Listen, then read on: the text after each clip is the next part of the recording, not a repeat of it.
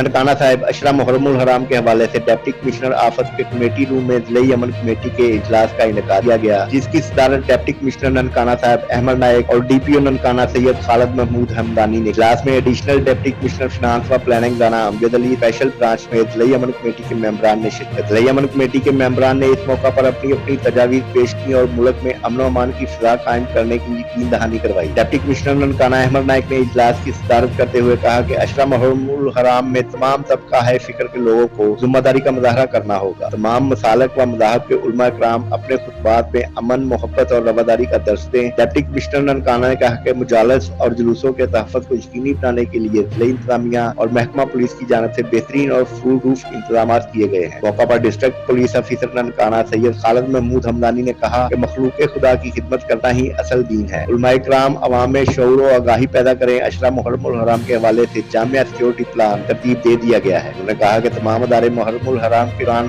अमन माहौल फरार कायम रखने में अपना किरदार अदा करें। जिला अमन कमेटी के इजलास के इख्तिताम पर मुल्क और कौम की सलामती के लिए दुआ भी की गई।